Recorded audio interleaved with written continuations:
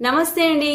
కార్తీక మాసం శ్రేష్టత మరియు ఆ మాసంలో చేయదగిన స్నానం, దానం, భగవత్ పూజన ఆది ధర్మ కర్మముల మహత్వం గురించి ఈ వీడియోలో చూద్దాం. నారద మహర్షి బ్రహ్మదేవుడితో అడుగుతాడు, ఓ పితామహ, అన్ని మాసాలలో సర్వశ్రేష్టమైన మాసం ఏది?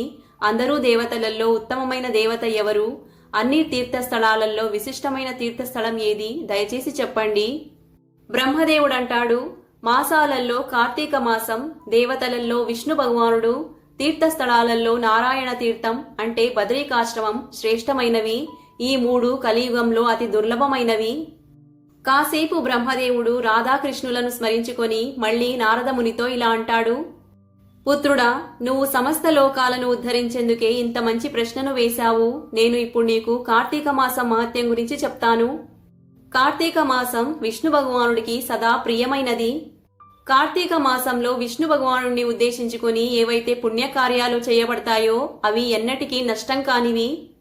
ఈ మనిషి యోని చాలా దుర్లభమైనది. దీన్ని పొందిన తర్వాత మనిషి మళ్లీ నీచ యోనిలో పడకుండా జాగ్రత్త వహించాలి. కార్తీక మాసం అన్ని మాసాలలో ఉత్తమమైనది. ఇది పుణ్యమయీ వస్తువులలో అన్నిటికన్నా అధిక పుణ్యమయీ అయినది మరియు పావన పదార్థాలలో అన్నిటికన్నా అధిక పావనమైనది. ఈ మాసంలో సమస్త 33 దేవతలు మనుషుల సన్నికటమవుతారు మరియు ఈ మాసంలో చేసిన స్నానం, దానం, భోజనం, వ్రతం, తిల, ధేను, సువర్ణం, రజత, భూమి, వస్త్రం ఆది దానాలను విధిపూర్వకంగా వారు గ్రహిస్తారు. ఈ కార్తీక మాసంలో ఏదైతే దానం ఇవ్వబడుతుందో, ఏదైతే తపస్సు, వ్రతం ఆచరించబడుతుందో అది అక్షయ ఫలితాన్నిచ్చేది అని సర్వశక్తిమానుడైన విష్ణు భగవానుడు చెప్పి ఉన్నాడు. వ్రతం, దానం ఏది చేసినా విష్ణు భగవానుడిని ఉద్దేశించుకొని చెయ్యాలి. అంటే విష్ణు భక్తిని పొందడానికి చెయ్యాలి. ఈ సమయంలో అన్నదానానికి అధిక మహత్వం ఉంది. దీనితో అన్ని పాపాలు సర్వదా నష్టమవుతాయి. కార్తీక మాసం రావడంతో ఎవరైతే పరాయి అన్నాన్ని త్యాగం చేస్తారో వారికి అతికృష్ణ యజ్ఞం చేసినంత ఫలం లభిస్తుంది. అదేవిధంగా అన్నదానంతో సమానమైన ఇంకో దానం ఇంకేదీ లేదు. దానం చేసే పురుషులకు న్యాయోపార్జిత ద్రవ్యాన్ని దానం చేసేందుకు మంచి అవకాశం చాలా దుర్లభం.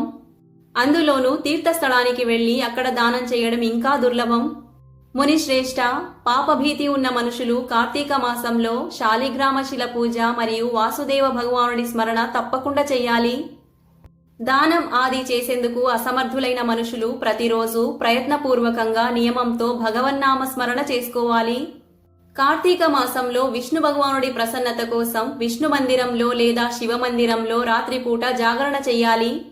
విష్ణు మందిరం లేదా శివుడి మందిరం లేకపోతే ఇతర దేవతల మందిరంలో జాగరణ చెయ్యాలి. ఏదైనా దుర్గమ వనంలో స్థితమై ఉన్నట్టయితే లేదా ఏదైనా విపత్తిలో ఉన్నట్టయితే రావి వృక్షం కింద లేదా తులసి వనంలో జాగరణ చెయ్యాలి. విష్ణు భగవానుడి సమీపంలో వారి నామాలు మరియు వారి లీలా కథనలు స్మరణ చేసుకోవాలి. ఒకవేళ మనిషి విపత్తిలో ఉండి అధిక జలం అందుబాటులో లేకపోతే లేదా రోగబాధతో స్నానం చేయలేకపోతే విష్ణు భగవానుడి నామంతో కొన్ని నీళ్లు జల్లుకొని శుద్ధీకరణ చేసుకోవచ్చు.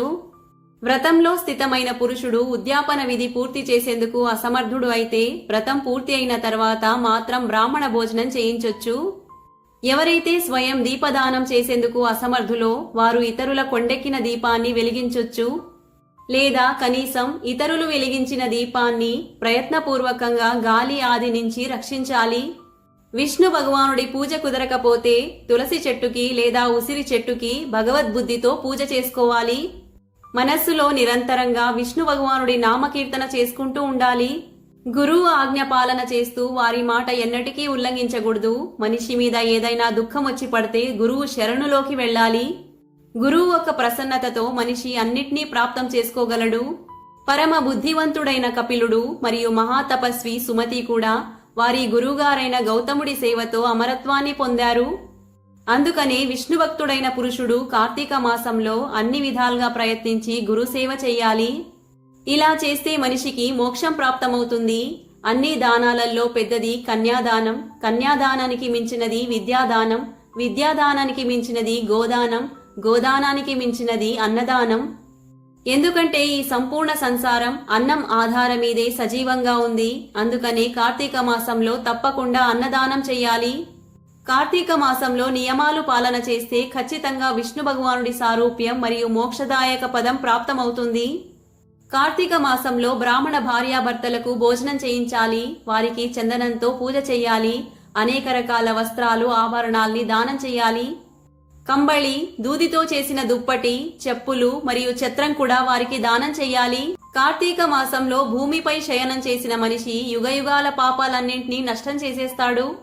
ఎవరైతే కార్తీక మాసంలో విష్ణు భగవానుడి ముందు అరుణోదయ కాలంలో జాగరణ చేస్తాడో మరియు నదీ స్నానం చేస్తాడో, ఎవరైతే విష్ణు భగవానుడి కథను శ్రవణం చేస్తాడో, వైష్ణవుల దర్శనం చేస్తారో మరియు నిత్య ప్రతి విష్ణు భగవానుడి పూజ చేస్తారో వారి పితృదేవతలు నరకంలో నుంచి ఉద్ధరించబడతారు. ఎవరైతే మనుషులు భక్తిపూర్వకంగా విష్ణు భగవానుడి పూజ చెయ్యరో వారు కలియుగ నరకంలో పడి నష్టపోతారు. ఎవరైతే మనిషి ఒక కమల పుష్పంతో దేవతల స్వామి అయిన కమలాపతి విష్ణు భగవానుడికి పూజ చేస్తారో వారు కోట్ల జన్మల పాపాలన్నింటినీ నష్టం చేసేస్తారు. ఎవరైతే కార్తీక మాసంలో 1,00,000 తులసి దళాల్ని సమర్పించి విష్ణు భగవానుడికి పూజ చేస్తారో వారు ఒక్క తులసి దళాల మీద ముక్తాదానం చేసినంత ఫలం ప్రాప్తం చేసుకుంటారు. ఎవరైతే కార్తీక మాసంలో విష్ణు భగవానుడి శ్రీయంగంలో నుంచి తీసేసిన ప్రసాద స్వరూపి తులసి దళాల్ని వారి ముఖంపై, నుదుటిపై మరియు శరీరంపై రాసుకుంటారో మరియు భగవంతుడి నిర్మాల్యాన్ని వారి అంగముల మీద మర్జన చేసి ధారణ చేస్తారో ఆ మనుషులు సమస్త రోగాల నుంచి మరియు పాపాల నుంచి ముక్తులవుతారు. భగవంతుడి పూజకు సంబంధించిన ప్రసాద స్వరూపి శంఖం జలం, వారికి స్నానం చేయించిన జలం, చందనం, ధూపం, నిర్మాల్య పుష్పాలు, భగవంతుడి భక్తి ఇవన్నీ బ్రహ్మహత్య పాపాన్ని నష్టం చేసేవి.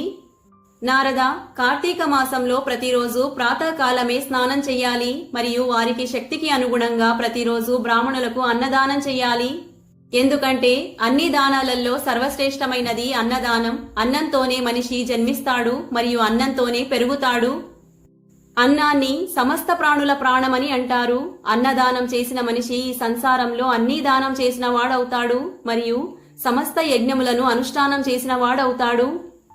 పూర్వకాలంలో సత్యకేతు అనే బ్రాహ్మణుడు కేవలం అన్నదానంతోనే సమస్త పుణ్యాల ఫలితాన్ని పొందుతాడు మరియు పరమ దుర్లభమైన మోక్షం కూడా ప్రాప్తం చేసుకుంటాడు. కార్తీక మాసంలో అనేక రకాల దానాలు చేసి కూడా మనిషి భగవంతుడి చింతన చేయలేకపోతే ఆ దానాలు ఆ మనిషిని పవిత్రం చేయలేవు.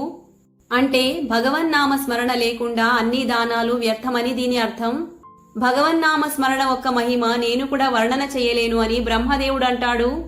గోవింద గోవింద హరే మురారే, గోవింద గోవింద ముకుంద కృష్ణ, గోవింద గోవింద శాంగపాణే, గోవింద దామోదర మాధవేతి. ఈ విధంగా ప్రతిరోజు భగవన్నామ సంకీర్తన చెయ్యాలి. నిత్య ప్రతిరోజు కార్తీక మాసంలో భాగవతం ఒక అర్ధ శ్లోకం లేదా కనీసం పావు శ్లోకమైన భక్తి శ్రద్ధలతో పఠన చెయ్యాలి. ఎవరైతే శ్రీమద్ భాగవతం పురాణం శ్రవణం చేసి ఉండరో, ఎవరైతే పురాణ పురుష శ్రీమన్నారాయణుడి ఆరాధన చేసి ఉండరో, ఎవరైతే బ్రాహ్మణ ముఖరూపి అగ్నిలో అన్నమాహుతి ఇచ్చి ఉండరో అలాంటి మనుషుల జన్మ వ్యర్థమైపోయింది. దేవర్షి, ఎవరైతే కార్తీక మాసంలో ప్రతిరోజు భగవద్గీత పఠన చేస్తారో వారికి లభించే పుణ్య ఫలితాన్ని వర్ణన చేసేందుకు శక్తి నాలో లేదు. భగవద్గీతకు సమానమైన శాస్త్రం ఇంతకు ముందు ఇంకేదీ లేదు, ముందు కూడా ఇంకేదీ ఉండదు. ఏకమాత్రం భగవద్గీతయే అన్ని పాపాలను హరించేది మరియు ముక్తిని ప్రసాదించేది. గీతలో ఒక్క అధ్యాయాన్ని చదివినంత మాత్రాన మనిషి ఘోర నరకం నుంచి ముక్తి పొందుతాడు. ఎలా అయితే జడ బ్రాహ్మణుడు ముక్తిని పొందాడో అలా 7 సముద్రాల గల పృథ్వీని దానం చేస్తే ఎంత ఫలితం ప్రాప్తమవుతుందో అంత ఫలితం శాలిగ్రామశిల దానం చేస్తే ప్రాప్తమవుతుంది. అందుకనే కార్తీక మాసంలో ప్రాతకాలం స్నానం మరియు దానపూర్వకంగా శాలిగ్రామశిల దానం తప్పకుండా చెయ్యాలి అని బ్రహ్మదేవుడు అంటాడు. ఈ వీడియో కనుక నచ్చినట్టయితే లైక్ చేసి షేర్ అండ్ సబ్స్క్రైబ్ చేసుకోండి. శ్రీమాత్రే నమః.